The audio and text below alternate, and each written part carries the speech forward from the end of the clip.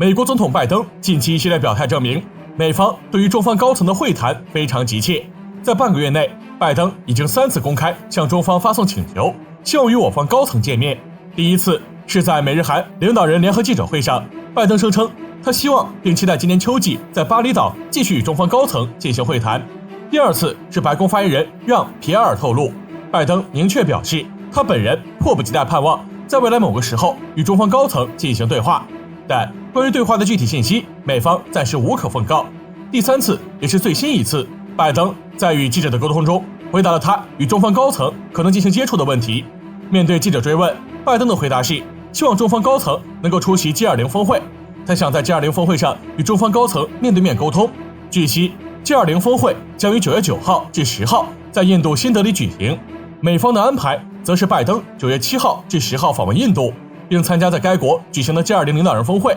从拜登最后一次对中方高层的表态以及其日程安排来看，美方是定了时间和地点，想与中方高层进行会晤，商讨中美关系接下来的发展方向。关于中美高层是否能在 G20 进行会晤的问题，美方3番5次表达了愿意会晤意向，但中方一直没有进行明确回应。有媒体向中方求证有关 G20 峰会相关话题时，中方只是说没有可以提供的消息。尽管中方没有明确回应此事，但中方的反应可谓是无声胜有声。与此前美国高官来华时，中方总是临近访问日期时才宣布消息，有异曲同工之妙。一般来讲，如果中方对与拜登的会谈非常感兴趣，会主动定下会谈时间地点，陆续敲定好相关细节，准备工作可能都要很长时间。如今距离 G20 峰会正式开幕不到10天，中方仍没有宣布相关消息，也没有透露中美高层会晤的相关信息，那么即使中方高层参加 G20 峰会，与拜登会晤的可能性也不大。因此可以说，中方的不回应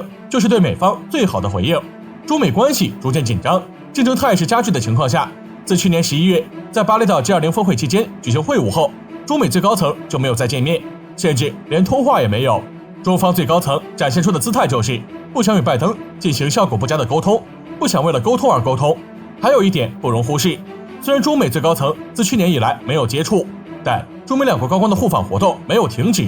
在中美关系战略大方向不改变的当下，下一级官员进行接触，足以解决中美之间面临的大部分问题。促成中美最高层会晤对中方来说没有那么迫切。中美最高层之间沟通的频率逐渐与中美军方沟通现状保持一致，责任完全在美方。近期美方仍然在经济、军事、科技等各方面对华实施打压和遏制，在台湾、南海、新疆、西藏等中方主权核心问题上对华发起挑衅。